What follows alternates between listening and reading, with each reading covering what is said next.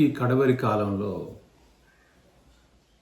దేవుని వాక్యాన్ని వింటున్న నా ప్రియ సహోదరులకు నా హృదయపూర్వక వందనాలు. దేవుడిచ్చిన పరిశుద్ధ గ్రంథాన్ని ఆధారం చేసుకుని ఈరోజు మీకు దేవుని వాక్యాన్ని అందించాలని ఆశపడుతున్నాను. ఈ కడవరి దినాల్లో మనం ప్రకటించవలసినటువంటి సువార్త ఏంటి? చాలా సువార్తలు ప్రకటించబడుతూ ఉన్నాయి. అసలైన సువార్త మనం ప్రకటించాలి. ఈ మధ్య సువార్త అని పేరు చెప్పి ఆశీర్వాదాలు అని చెప్పి ప్రకటిస్తున్నారు. అంటే ఆశీర్వాదపు సువార్త నడుస్తుంది. అసలు ఆశీర్వాదపు సువార్త మంచిదే, కానీ ఆశీర్వాదపు మాటకు అర్థం తప్పు, అర్థం చేసుకోవడం తప్పు. ఇప్పుడు ఆశీర్వాదం అనేది ఏంటో చాలామందికి తెలియదు. పరిశుద్ధ గ్రంథంలో మనం చూస్తే ఆశీర్వాదం అంటే సమాజానికి నేర్పిస్తున్నది ఏంటంటే సేవకులు, పిల్లలు, భూమి, ఆస్తులు, ధనము, బంగారం కొనుక్కోవటం, ఇల్లు కొనుక్కోవటం, వస్తువులు, వాహనాలు కొనుక్కోవటం, అంటే కంటికి కనబడుతున్నటువంటి ఈ వస్తువులను సంపాదించుకోవటమే ఆశీర్వాదం అని నేర్పిస్తున్నటువంటి సేవకులు. ఇప్పుడు ఈ పాట వింటున్న మీరు కూడా జాగ్రత్తగా వినండి. అసలు ఆశీర్వాదం అంటే ఏంటి? ఇప్పుడు ఉదాహరణకి ఆస్తులే ఆశీర్వాదం అయితే, పరిశుద్ధ గ్రంథంలో రాత్రంతా ప్రార్థన చేసినటువంటి ఒక భక్తుడు, దాన్ని మనం ఆల్నైట్ ప్రార్థన అంటాం. రాత్రంతా ప్రార్థన చేసింది ఆ భక్తుడు యాకోబు దేని కొరకు అని మనం చూస్తే, నువ్వు నన్ను ఆశీర్వదిస్తేనే కానీ పోనివ్వను అంటున్నాడు కదా. ఇప్పుడు అతనికి ఏం కావాలి? ఆశీర్వాదం కావాలి.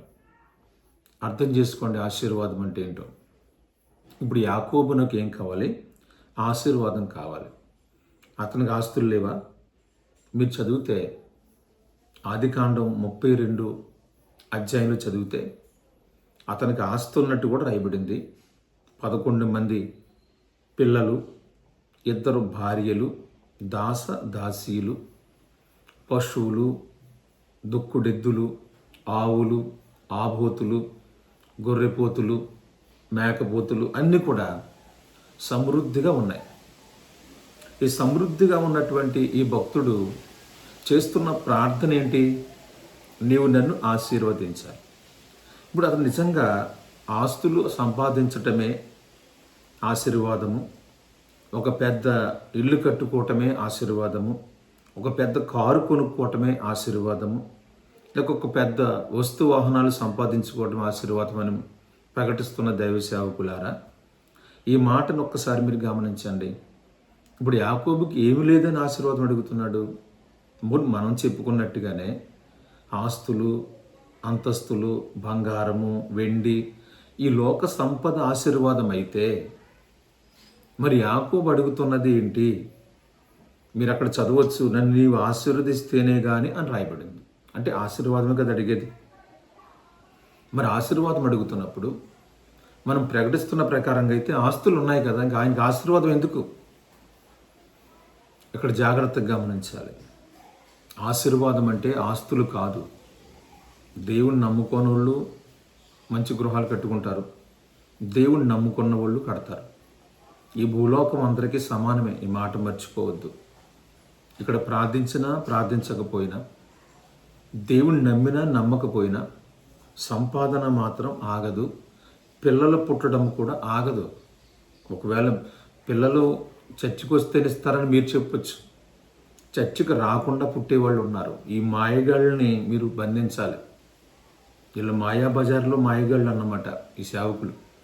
మేము ప్రార్థన చేస్తాం, మీకు అది జరిగిపోద్ది, మేము ప్రార్థన చేస్తాం, ఇది జరిగిపోతుంది. ముందు వాళ్ళకి ఆశీర్వాదం కావాలి. ఆశీర్వాదం అంటే పిల్లలు, ఆస్తి, అంతస్తులు కాదు. పిల్లల ఆశీర్వాదం కాదు, పిల్లల్ని ఆశీర్వదించాలి. జాగ్రత్త గుర్తించండి మీరు. పిల్లలు ఆశీర్వాదం కాదు, పిల్లల్ని ఆశీర్వదించాలి దేవుడు. భూముల ఆశీర్వాదం కాదు, నీ భూఫలాన్ని ఆశీర్వదించాలి దేవుడు. పశువులు ఆశీర్వాదం కాదు, ఆ పశువులను దేవుడు ఆశీర్వదించాలి. నీకున్న సంపదని ఆశీర్వదించాలి, నీ పిల్లల్ని ఆశీర్వదించాలి, నీ భార్యను ఆశీర్వదించాలి, నీ కుటుంబాన్ని ఆశీర్వదించాలి. అంటే పిల్లలు అప్పుడు ఆశీర్వాదం కాదు కదా, వాళ్ళని ఆశీర్వదించాలి. అంటే ఆల్రెడీ ఉన్నారు, వాళ్ళని ఆశీర్వదించడం ఆశీర్వాదం. ఇప్పుడు మీకు ఈ పాయింట్ అర్థం కావాలి. నీకున్న సంపద ఆశీర్వదించబడటం అంటే కాపాడబడటం అని అర్థం. ఆశీర్వాదం అంటే రక్షణే ఆశీర్వాదం. ఇప్పుడు ఈ యాకోబుకి ఏమి లేదంటే రక్షణ లేదు. రక్షణ అంటే తన అన్న నుండి తనకు రక్షణ కావాలి. ఇప్పుడు తన అన్న తను చంపడానికి సిద్ధంగా ఉన్నాడు. తన ప్రాణాన్ని కాపాడుకోవాలంటే ఆశీర్వాదం ఉండాలి. ఆశీర్వాదం అంటే రక్షణ. మీ తప్పుడు ప్రసంగాలు ఆపండి. ఎందుకంటే ఆశీర్వాదం అంటే ఆస్తులు కాదు. అలాగనుకుంటే అక్రమం చేసేవాళ్ళు, అన్యాయం చేసేవాళ్ళు, దోచుకునేవాళ్ళు, అక్రమమైనటువంటి వడ్డీ వ్యాపారం చేసేవాళ్ళ దగ్గర డబ్బు ఎందుకు ఉంటుంది? నీతి గలవాడికి రావాలనుకుంటే, ఒకవేళ దేవుడే ఇచ్చేలా ఉంటే క్రైస్తవులు ఎందుకు అప్పులు చేసుకుంటున్నారు? ఆశీర్వాదం లేదా మీకు? మరి దేవుడు ఆశీర్వదిస్తానని చెప్పాడు కదా. ఆశీర్వాదం ఆస్తులు కానే కాదు. మీరు ఎవరైనా సరే బైబిల్ చదివితే ఈ మాయగాళ్ళ మాట అనకండి. రక్షణ ఆశీర్వాదం. ఇప్పుడు యాకోబుకి ఏం కావాలి? రక్షణ కావాలి. తన అన్న భయం తనలో ఉండిపోయింది, తన ప్రాణ భయం తనలో ఉండిపోయింది, తన అన్న తన బతకనివ్వడనే భయం ఉండిపోయింది. ఇప్పుడు తన అన్న చంపకుండా కాపాడేదే ఆశీర్వాదం. మరణాన్ని నుంచి తప్పించేది ఆశీర్వాదం, పాపం నుంచి తప్పించేది ఆశీర్వాదం, లోకం నుంచి తప్పించేది ఆశీర్వాదం, శాపం నుంచి తప్పించేది ఆశీర్వాదం. ఉన్న పొలాన్ని ఆశీర్వదించడం అంటే దాన్ని కాపాడటం. పిల్లలను ఆశీర్వదించడం అంటే పిల్లల్ని కాపాడటం. నీకున్న దేన్ని ఆశీర్వదించటం అన్న అర్థం ఏంటంటే దాన్ని కాపాడటం. నీకు తెలియకుండా ఆశీర్వాద సువార్తలు, ఆశీర్వాద పండుగలు, దీవెన పండుగలు ఏంటి అందులో? నువ్వు ఇస్తావా పిల్లల్ని? ఒక ఆయన అంటాడు కదా, నేను మళ్ళా సంవత్సరాన్ని కోగుట్ల పిల్లోడు ఉంటాడని చెప్తారు. మరి హిందువులకు రావట్లేదా పిల్లలు రావట్లేదా? ఇదా సువార్త? రక్షణ సువార్త ఉందా? రక్షణ పొందడానికి కావాల్సిన విషయాలు మీ దగ్గర ఉన్నాయా? ప్రజలను రక్షించేటటువంటి సువార్త ఉందా? రక్షణ సువార్త లేదు. గొప్ప రక్షణ ఎలా చెప్తారు మీరు? రక్షణ, గొప్ప రక్షణ అంటే తెలుసా మీకు? రక్షణ గురించే తెలియదు మనకి. గొప్ప రక్షణ కోసం ఇంకేడ చెప్తాం మనం? తెలుసుకోండి బైబిల్ చదువు. కాబట్టి ఇంత గొప్ప రక్షణ నిర్లక్ష్యం చేస్తే అన్నాడు. ఏంటి ఆ గొప్ప రక్షణ? కాబట్టి ఆశీర్వాదం అంటే ఆస్తులా? అలా అనుకుంటే లోకస్తులు అందరికీ ఉన్నాయి కదా, వాళ్ళకి మీరు ఏమని సువార్త ప్రకటిస్తారు? మీరు నిజంగా ఇల్లు ఇస్తాడు, పెళ్లి చేస్తాడంటే ఉన్న వాళ్ళందరూ ఏమనుకుంటారు? మాకు ఉన్నాయి కదా, ఇంకెందుకు?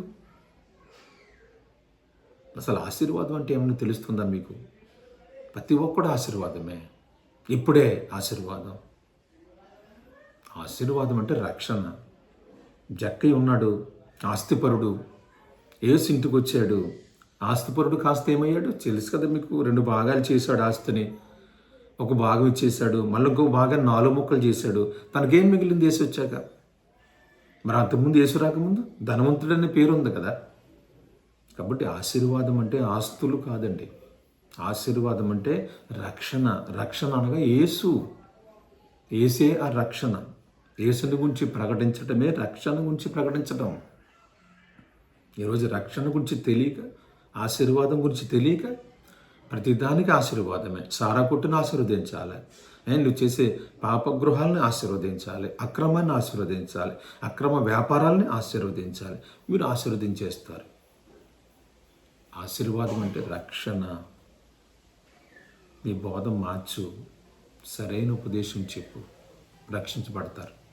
కాబట్టి ఈ కడవరి కాలంలో ప్రకటించవలసింది రక్షణ సువార్త, దేవుని రాజ్య సువార్త. మీ ఆశీర్వాద సువార్తలు, దీవెన సువార్త అని పేరు పెడతావు. ప్రకృతి సంబంధమైన మాటలు బాబాలు చెప్తారు చూడండి, లేళ్ళు ఈ సువార్త చెప్తారు. మీరు ఇది రక్షిస్తుందా? రక్షణ గుర్చిన వార్త ప్రకటించు, యేసుని గుర్చిన వార్త ప్రకటించు, యేసుని గురించి నేర్పించు. ఇది ఆశీర్వాదం అంటే. దీన్ని మీరు అర్థం చేసుకున్నారని ఆశిస్తున్నాను. ఈ వీడియో చూసిన ప్రతి ఒక్కరు కూడా దయచేసి అనేకులకు షేర్ చేసి మా ఛానల్ ఒకసారి మీరు సబ్స్క్రైబ్ చేసుకుని ఈ పరిచర్యలు తోడ్పడండి. దేవుడు మిమ్మల్ని ఆశీర్వదించి నడిపించునుగాక. ఆమేన్. మన ప్రభు అయిన యేసుక్రీస్తు కృపయు, మన తండ్రి అయిన దేవుని ప్రేమయు పరిశుద్ధాత్మ సహవాసము మీకు అందరికీ తోడుగుండును గాక.